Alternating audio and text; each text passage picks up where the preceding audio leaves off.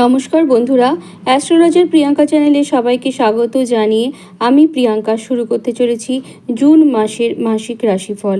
আজকে আলোচনা শুরু করব মীন রাশি অর্থাৎ সর্বশেষ রাশিকে দিয়ে। কালপুরুষের সর্বশেষ রাশি মীন। মীন রাশির জাতক জাতিকারা জল তত্ত্ব প্রভাবিত এবং বৃহস্পতির জাতক বলা হয়ে থাকে মীন রাশির জাতক জাতিকাদের। মীন রাশির জাতক জাতিকারা এই কারণে দেখা যায় যে অ্যাডজাস্টমেন্ট করে চলতে ভালোবাসে। কোনো বিরোধিতার মধ্যে কিন্তু বা ঝামেলা অশান্তি বিবাদের মধ্যে চট করে কিন্তু এরা জড়িয়ে পড়তে চায় না।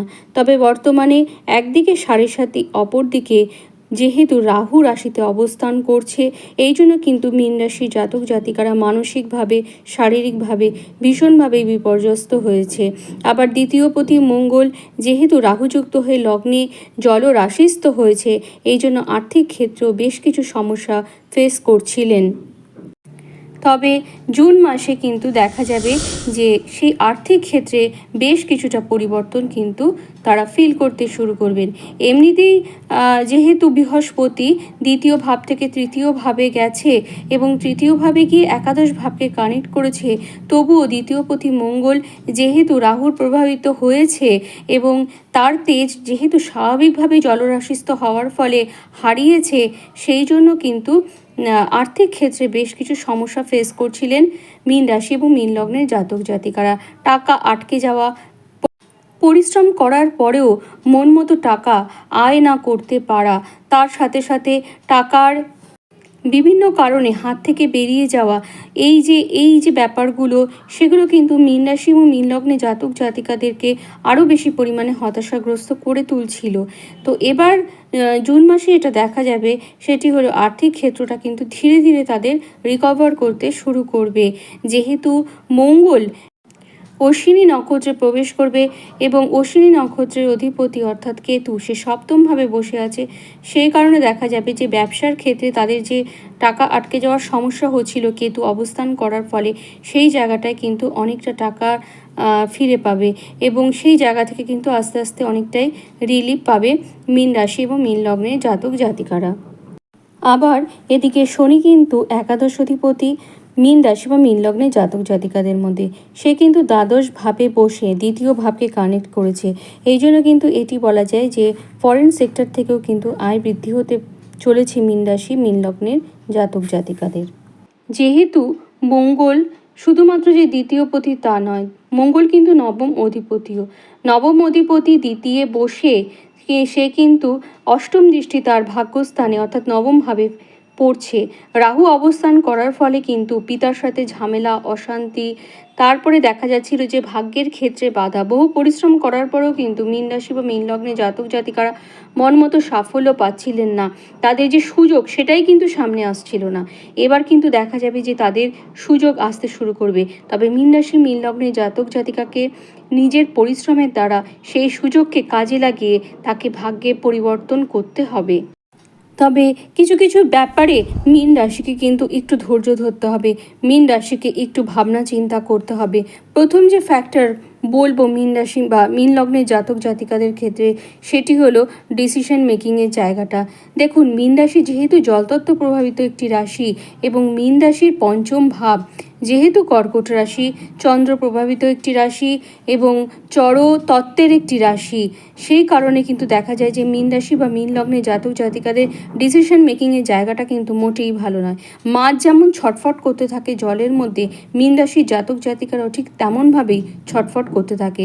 যদিও বৃহস্পতি প্রভাবিত একটি রাশি, তবুও জলতত্ত্বের কারণে এবং যেহেতু তাদের মধ্যে মাছের যে স্বভাব সেটি কিন্তু তাদের মধ্যে থাকে, এই কারণে কিন্তু মীন রাশি বা মীন লগ্নে জাতক জাতিকারা কোনো ব্যাপারে ডিসিশন নেওয়ার আগে দুবার কিন্তু তাদের ভাবা উচিত এবং তাদের যে কোনো ডিসিশন নেওয়ার আগে বাড়ির অন্য কারোর সাথে কিন্তু তাদের আলোচনা করা উচিত। এবং মীন রাশি বা মীন লগ্নে জাতক জাতিকারা ভীষণ রোম্যান্টিক টাইপের হয়, তাদের কিন্তু প্রেমের প্রতি আকর্ষণ তীব্রভাবে থাকে। মীন রাশি এবং মীন লগ্নে জাতক জাতিকারা কিন্তু ছোট বয়স থেকে প্রেমের আকর্ষণে আকর্ষিত হয় এবং ছোট ছেলেমেয়েরা যারা মোটামুটি 15-16 বছর বয়স বা তার থেকে একটু যাদের বয়স মোটামুটি 17-18, তাদের কিন্তু এই সময়টা প্রেমের আকর্ষণ ভীষণভাবে তীব্র হবে। প্রেমের প্রতি ভীষণভাবে ডেডিকেশন আসবে পড়াশোনার থেকেও, যে কারণে দেখা যাবে যে একদিকে যেমন পড়াশোনার ক্ষেত্রটা ডিস্টার্ব হবে, তেমনি প্রেমের প্রতি আকর্ষণ সেটি কাজ করার ফলে তারা কিন্তু ভুলভাল মানুষের চুজ করে ফেলবেন, ভুলভাল মানুষকে। সেই জায়গাটা থেকে কিন্তু মীন রাশি বা মীন লগ্নে জাতক জাতিকাদেরকে ভীষণভাবে সতর্ক হতে হবে। মীন রাশির বা মীন লগ্নের জাতক জাতিকারা কিন্তু নরম মনের একটা মানুষ হয়ে থাকে। প্রেমের ক্ষেত্রে যদি বারবার ব্রেকআপ আসে, সেক্ষেত্রে কিন্তু ফ্রাস্ট্রেশন তাদের আরও বাড়বে। পড়াশোনায় রেজাল্টের ক্ষেত্রটা কিন্তু ধীরে ধীরে খারাপ হতে শুরু করবে। অতএব এই সমস্ত ব্যাপারে কিন্তু মীন রাশিকে ভীষণভাবে সতর্ক হতে হবে। মীন রাশির নবম ভাব সেটি কিন্তু বৃশ্চিক রাশি। দেখা যায় যে মীন রাশির জাতক জাতিকাদের বাবা কিন্তু একটু তেজিয়াল প্রকৃতির হয়। তারা যেরকম একটু নরম মনের মানুষ হন, তাদের বাবা কিন্তু অতটাও নরম মনের মানুষ না। মানুষের সাথে মেলামেশা করেন, ছেলে মেয়েদের সাথে কথা বলেন, সবই ঠিক আছে, কিন্তু একটু চারিত্রিকভাবে একটু মেজাজি প্রকৃতির হন। এই জন্য কিন্তু কখনো কখনো দেখা যায় যে নবম ভাবটা যদি একটু পীড়িত হয় মীন রাশি বা মীন লগ্নে জাতক জাতিকাদের ক্ষেত্রে, বাবার সাথে কিন্তু সম্পর্কটা মাঝে মাঝে তিক্ততার পর্যায়ে চলে যায়। তবে এবার যেহেতু লগ্নে রাহু অবস্থান করছে এবং রাহুর প্রভাব নবমভাবে কাজ করছে, এই জন্য কিন্তু মীন রাশি বা মীন লগ্নে জাতক জাতিকাদের বাবার সাথে একটু ঝামেলা বৃদ্ধি পেয়েছে। অথবা কারোর কারোর ক্ষেত্রে এটাও দেখা যাচ্ছে যে তাদের বাবা কিন্তু শারীরিকভাবে অসুস্থ হয়ে পড়ছেন। তো মঙ্গলের প্রভাব কিন্তু এবারও নবমভাবে যাচ্ছে। রাহু এবং মঙ্গলের যে কম্বাইন্ড প্রভাব, সেটি কিন্তু নবম ভাবের উপর কাজ করছে। এর ফলে কিন্তু যেটি বলবো সেটি হলো বাবার সাথে ঝামেলা অশান্তি কিন্তু এখনও থাকবে এবং বাবার শরীর স্বাস্থ্য, বিশেষ করে তাদের অপারেশনের যোগ হওয়ার একটা সম্ভাবনা সেটি কিন্তু তৈরি হচ্ছে। মীন রাশি সপ্তমভাবে কেতু অবস্থান করছে। এই জন্য বিজনেসের ক্ষেত্রটাতে বেশ কিছু সমস্যা আসছে মীন রাশি বা মীন লগ্নের জাতক জাতিকাদের। বিভিন্নভাবে ক্ষতিগ্রস্ত হচ্ছে বিজনেসের ক্ষেত্রটি। তবে এবার দেখা যাচ্ছে যে মীন রাশির সপ্তম অধিপতি সেই প্ল্যানেটটি হলো বুধ। বুধ কিন্তু তৃতীয়ভাবে আসবে। তৃতীয়ভাবে আসার ফলে বিজনেসের যে নতুন নতুন কানেকশন সেটি কিন্তু পেতে শুরু করবে মীন রাশি এবং মীন লগ্নে জাতক জাতিকারা। এবং এই যে পাওয়া তারকে কাজে লাগিয়ে বিজনেসের ক্ষেত্রটা উন্নত করতে সাহায্য করবে বৃহস্পতি। বৃহস্পতি এবার তৃতীয়ভাবে এসছে। তৃতীয়ভাবে এসে তার যে দৃষ্টি সেটি কিন্তু সপ্তমভাবে পড়ছে। সপ্তমভাবে পড়ার ফলে দেখা যাবে যে মীন রাশি বা মীন লগ্নে জাতক জাতিকাদের বিজনেসের ক্ষেত্রটা কিন্তু অনেক স্টেবল হবে। এবং তার সাথে সাথে এটিও দেখা যাবে বেশ কিছু সেক্টরের ক্ষেত্রে কিন্তু মীন রাশি বা মীন লগ্নে জাতক জাতিকারা ব্যবসার দিক থেকে প্রভূত উন্নতি করবে। প্রথমেই যে ক্ষেত্রটি বলবো সেটি হলো যাদের চার্টার্ড অ্যাকাউন্টেন্টের ফার্ম আছে, তাদের কিন্তু দেখা যাবে যে সেই জায়গাটা বেশ ভালো হবে। এবং তার সাথে সাথে যারা ট্যাক্সের কাজ করেন তাদের সেই জায়গাটা ভালো হবে। বইপত্রের বিজনেস করেন যারা, তাদের সে ক্ষেত্রটি ভালো হতে চলেছে। মিষ্টির দোকানের বিজনেস, জামা কাপড়ের বিজনেস, এগুলো বেশ ভালো হতে চলেছে। এবং মাসের প্রথমার্ধে যারা গভর্নমেন্ট কন্ট্রাক্টরের কাজ করেন তাদেরও কিন্তু সেই ক্ষেত্রটা বেশ ভালো হতে শুরু করবে। মীন রাশি বা মীন লগ্নে যে সকল জাতক জাতিকারা অলরেডি চাকরি করছেন, তাদের কিন্তু দেখা যাচ্ছে যে সেই ক্ষেত্রটা মোটামুটি যাবে, মোটামুটি স্টেবল যাবে বলা যেতে পারে। এবং যারা চাকরি খুঁজছে তাদের এই মাসের সিচুয়েশন কেমন হবে সেটি বিষয়ে অবশ্যই আমি জানাবো। দেখুন, এই মুহূর্তে শনি কিন্তু মীন রাশির সাপেক্ষে দ্বাদশভাবে আছে এবং দ্বাদশভাবে থাকার ফলে সে কিন্তু ষষ্ঠে দৃষ্টি দিচ্ছে। ষষ্ঠ ভাব থেকে কিন্তু আমরা চাকরি জায়গাটাকে জ্যোতিষশাস্ত্রে বিচার করে থাকি এবং ষষ্ঠভাবে শনির দৃষ্টি পড়েছে। শনি কিন্তু জ্যোতিষশাস্ত্রে শনিকে দাস বলা হয়ে থাকে। চাকরির কারক গ্রহ, মেন কারক গ্রহ কিন্তু শনি। যেহেতু ষষ্ঠভাবে শনি দৃষ্টি পড়েছে, এই জন্য কিন্তু এটি বলা যাচ্ছে যে মীন রাশি ও মীন লগ্নে জাতক জাতিকাদের চাকরি করার যে মানসিকতা, চাকরি খোঁজার যে মানসিকতা, সেটি কিন্তু বৃদ্ধি পাবে। এবং চাকরি খোঁজার জন্য সে কিন্তু যথেষ্ট এফোর্ট দেবে। তো এবার প্রশ্ন হচ্ছে, এফোর্ট দেবে কিন্তু যেহেতু রাহু লগ্নে আছে, এই জন্য বেশ কিছু ক্ষেত্রে কিন্তু যতই গ্রহের সিচুয়েশান এ মাসে পাল্টাক না, তারপরেও আমি যেটা বলবো সেটি হচ্ছে, যেহেতু রাহুর প্রভাব কাজ করছে, এই জন্য কিন্তু অনেক জায়গায় আপনারা বিরুদ্ধ পরিস্থিতির শিকার হবেন। এই জন্য যে পরিমাণ পরিশ্রম আপনাদের করতে হবে, তার থেকে আরও বেশি পরিমাণ পরিশ্রম, আপনাদের বেশি পরিমাণ এফোর্ট আপনাদের যে কোনো কিছু পাওয়ার জন্য প্রয়োগ করতে হবে। এবং দেখা যাবে যে এ মাসে বৃহস্পতির সহায়তায় চাকরি পাওয়ার যে জায়গাটা, সেটি কিন্তু কিছুটা হলেও তৈরি হচ্ছে। বৃহস্পতির সাথে সাথে শনিদেবেরও সাহায্য এই ব্যাপারে কিন্তু আপনারা কিছুটা হলেও পাবেন। কাজেই চাকরি পাওয়ার যে একেবারেই সম্ভাবনা নেই, সেটা কিন্তু আপনারা মোটেই ভাববেন না।